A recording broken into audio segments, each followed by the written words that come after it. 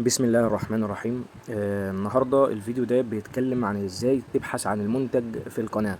طبعا الناس بتلاقي منتجات كتير في القناة عندنا وبتتوه لما تيجي تدور على منتج علشان تعرف السعر كام، او تعرف الوصف بتاع المنتج او الصور بتاعت المنتج. تمام، دي طبعا القناة بتاعتنا زي ما انتوا شايفين كده بتفتحوها، بتبقى بالشكل ده قدامكم. تمام، طيب انا بدل ما اقعد ابحث بالطريقه ديت واحده واحده على كل منتج، في حل سهل جدا ممكن ان احنا نعمله. تمام، هنركز بس في الكام نقطه اللي انا هقولهم علشان تعرف تبحث على اي منتج هيبقى موجود على القناه انت بتبحث عنه. تمام، مبدئيا كده لو جينا عند الترنج ده هتلاقي مكتوب ترنج اوفر سايز كاباتشو اللي هو بزونت يعني. تمام، احنا بناخد كلمه واحده بس مميزه في الوصف ده بتاع المنتج.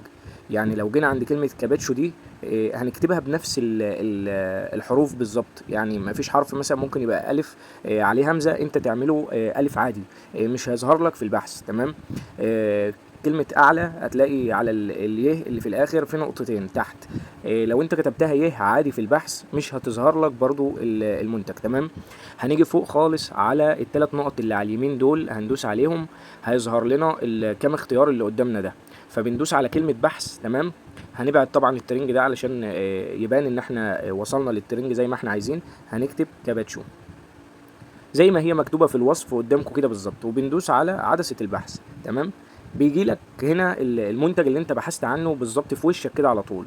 طب لو مش هو ده المنتج وفي مثلا حاجة زي الكاباتشو دي كذا ترنج موجود منها، بتلاقي تحت خالص على الشمال 1 من 2 أو 1 من 5 1 من 10.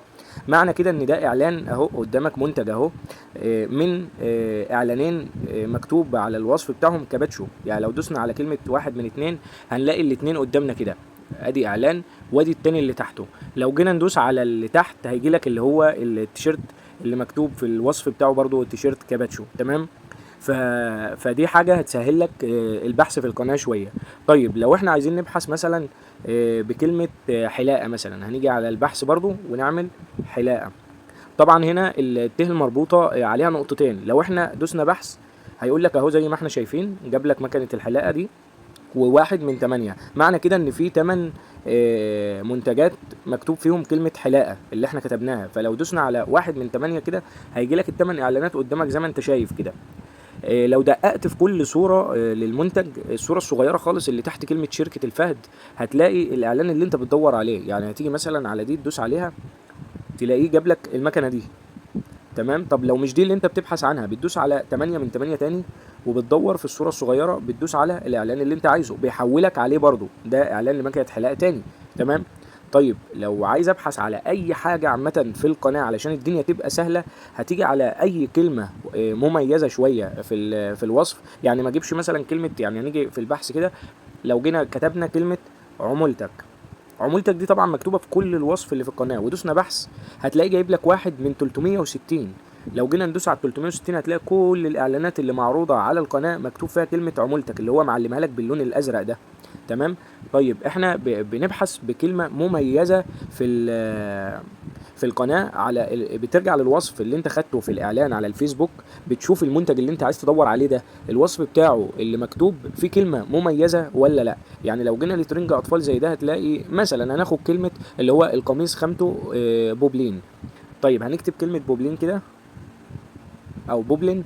تمام، وبحثنا هتلاقي جايب لك الترنج ده و1 من 2. يعني معنى كده ان في اعلانين بس هم اللي مكتوب في الوصف بتاعهم الكلمة دي. لو دوسنا عليه هتلاقي العباية تمام مكتوبة ومحدد لك اهو الكلمة اللي انت بحثت عنها، وهتلاقي الترنج اللي هو الاطفال ومحدد لك الكلمة اللي انت بحثت عنها. تمام، فدي طريقة سهلة جدا ان انت تبحث في القناة على المنتج اللي انت عايزه، بحيث ان الحاجة اللي انت بتبحث عنها تجي لك اسرع بدل ما تقعد تدور. تمام، ففي طريقة تانية برضو بدل ما اقعد انزل بالمنتجات واحدة واحدة كده واقعد ادور على المنتج اللي انا ببحث عنه، لا انا بدوس على كلمة شركة الفهد وبرفع بصباعي كده المنتجات وممكن ادور في الصور زي ما انتم شايفين كده. تمام، لو وسعت بصبعك كده شويه هتلاقي الصوره بتكبر معاك علشان تعرف تشوف المنتج اللي انت بتبحث عنه. تمام.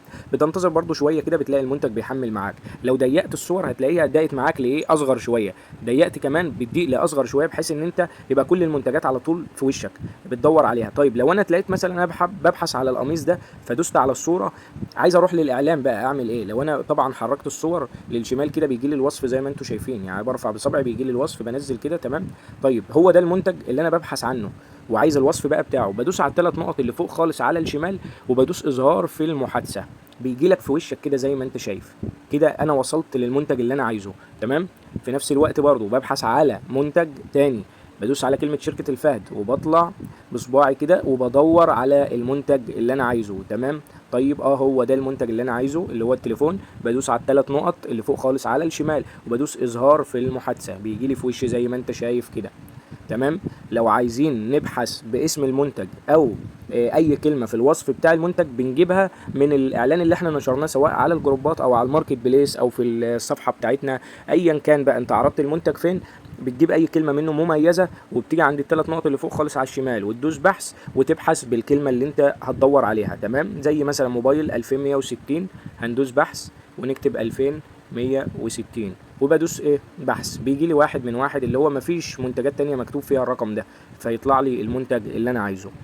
يا ريت المعلومه تكون وصلت ونكون ركزنا شويه في طريقه البحث علشان ما ندخش في القناه ونقعد نسال كل شويه انا مش عارف اوصل للمنتج ده. فدي طريقه سهله، ولازم تكتب الحروف بتاعه البحث زي ما مكتوبه في الوصف بالظبط، ما يبقاش فيه ايه عليها نقطتين من تحت نكتبها ايه عاديه، يعني زي ما انت شايفها هتنقلها بالملي، تكتبها في المربع بتاع البحث هنا زي ما هي مكتوبة، هيظهر لك المنتج على طول. ما ظهر لكش مثلا بتلاقيه جايب لك في البحث مثلا كتبنا كلمة بول اهو جاب لك 1/9. طيب مش هو ده المنتج اللي انا ببحث عنه، فبدوس على كلمة 1/9 دي واقعد اقلب في المنتجات زي ما انتم شايفين، او اركز في الصوره الصغيره خالص اللي تحت كلمه شركه الفهد دي. تمام. وهو ده المنتج اللي انا ببحث عنه، بدوس عليها بيظهر لي المنتج في وشي زي ما انتم عايزين. مش هو ده باجي ادوس على من 1 ل 9 تاني وادور اجيب ادوس على اي منتج تاني يظهر لي زي ما انتم شايفين كده. يا رب تكون الفيديو موضح كل حاجة. طبعا في اي اسئلة في اي تفاصيل بتبعت على الواتس وان شاء الله بنرد عليكم في اقرب وقت. اتمنى التوفيق للناس جميعا ونكون بنسهل لكم الدنيا بحيث ان التعامل معانا يكون سهل شوية. شكرا للجميع.